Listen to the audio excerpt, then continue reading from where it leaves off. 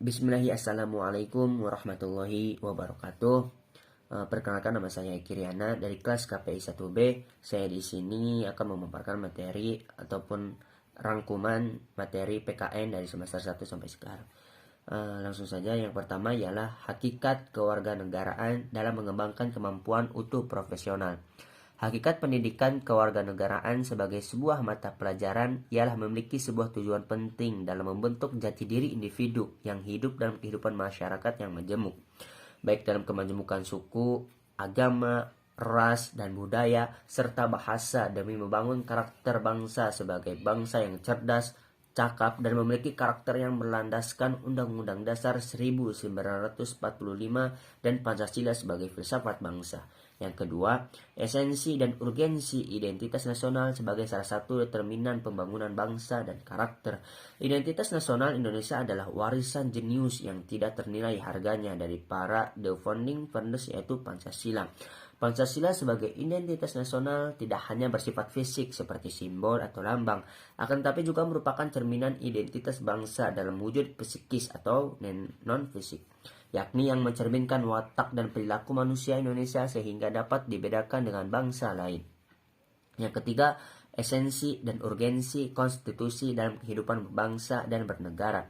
Tujuan dibuat konstitusi ini adalah untuk mengatur jalannya kekuasaan dengan jalan membatasinya melalui aturan untuk menghindari terjadinya kesewenangan yang dilakukan penguasa terhadap rakyatnya, serta memberikan arahan kepada penguasa untuk mewujudkan tujuan negara.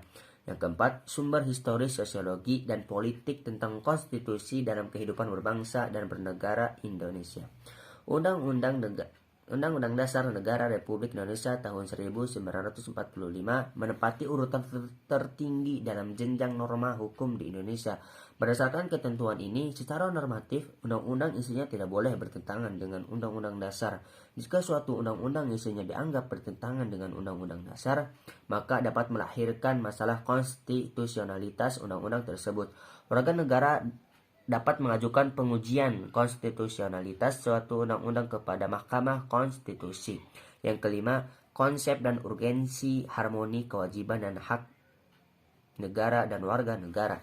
Aturan dasar mengenai tugas dan hak negara dan warga negara setelah amandemen Undang-Undang Dasar Negara Republik Indonesia 1945 mengalami dinamika yang luar biasa. Yang pertama, aturan dasar pendidikan dan kebudayaan serta ilmu pengetahuan dan teknologi. Yang kedua, aturan dasar perekonomian nasional dan kesejahteraan sosial.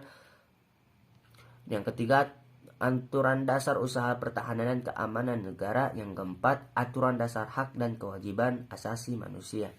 Yang keenam, sumber historis, sosiologi, politis tentang kewajiban dan hak negara dan warga negara Indonesia. Hak dan kewajiban merupakan suatu hal yang terikat satu sama lain, harus dijalankan dengan seimbang. Hak adalah segala sesuatu yang harus didapatkan oleh setiap orang yang telah ada sejak lahir, bahkan sebelum lahir.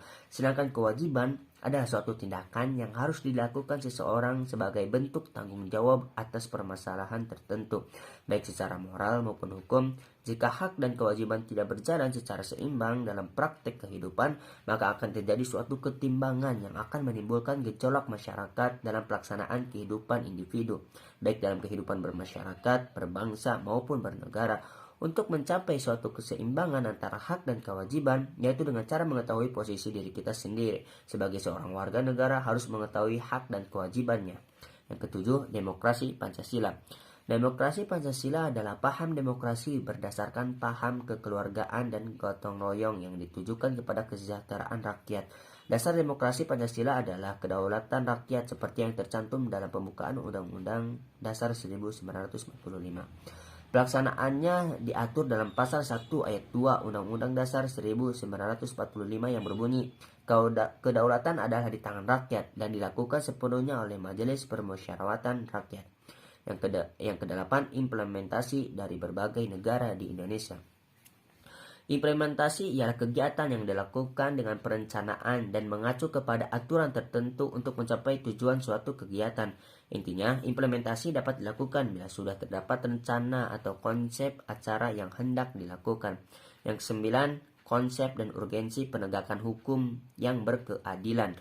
Upaya penegakan hukum di suatu negara sangat erat kaitannya dengan tujuan negara. Menurut Kranenburg dan TKB Sabarodin 1975, kehidupan manusia tidak cukup hidup dengan aman, teratur, dan tertib. Manusia perlu sejahtera. Apabila tujuan negara hanya menjaga ketertiban, maka tujuan negara itu terlalu sempit. Tujuan negara yang lebih luas adalah agar setiap manusia terjamin kesejahteraannya di samping keamanannya. Yang ke-10, konsep dan urgensi wawasan Nusantara.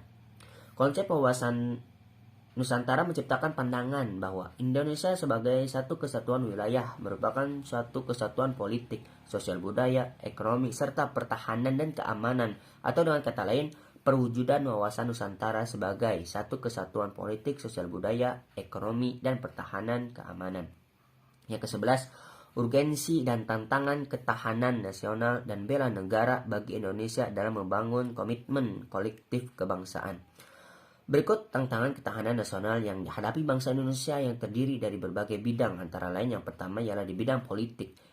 Dalam bidang politik terdapat ancaman berupa pemerintahan yang tidak aspiratif dan responsif atau bisa dikatakan diktator. Pemerintahan yang tidak mau mendengarkan aspirasi rakyat, artinya pemerintahan ini tidak demokratis dari rakyat untuk rakyat dan oleh rakyat.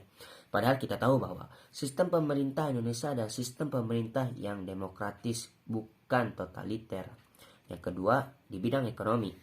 Dalam bidang ekonomi, kemiskinan menjadi ancaman bagi ketahanan nasional. Suatu kenyataan bahwa kemiskinan masih terdapat dalam jumlah yang besar di Indonesia.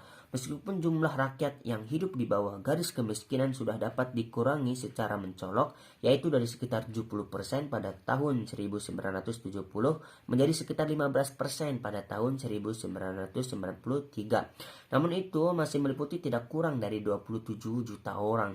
Satu jumlah yang sama dengan jumlah penduduk satu negara ukuran menengah seperti Kanada 28 juta dan jauh atas penduduk Malaysia yaitu 19 juta. Padahal rakyat Indonesia yang hidup sedikit di luar garis kemiskinan juga masih tergolong miskin sekali. Maka dengan begitu jumlah penduduk Indonesia yang masih hidup miskin masih banyak sekali. Yang ke-12, kelebihan bangsa Indonesia yang sesuai dengan wawasan Nusantara untuk mewujudkan ketahanan nasional. Kesejahteraan untuk mencapai ketahanan nasional dapat digambarkan sebagai kemampuan bangsa menumbuhkan dan menyumbangkan nilai-nilai nasionalnya menjadi kemakmuran sebesar-besarnya yang adil dan merata. Sedangkan keamanan yang mewujudkan ketahanan nasional adalah kemampuan bangsa melindungi eksistensinya dan nilai-nilai nasionalnya terhadap ancaman dari dalam maupun luar. Yang ke-13, anti korupsi. Kata korupsi berasal dari bahasa Latin yaitu corruptio yang artinya kerusakan, kebobrokan, dan kebusukan. Selaras dengan kata asalnya, korupsi sering dikatakan sebagai kejahatan luar biasa. Salah satunya alasannya adalah karena dampaknya yang luar biasa menyebabkan kerusakan baik dalam ruang lingkup pribadi, keluarga, masyarakat, dan kehidupan yang lebih luas. Kerusakan tersebut tidak hanya terjadi dalam kurun waktu yang pendek, namun juga dapat berdampak secara jangka panjang.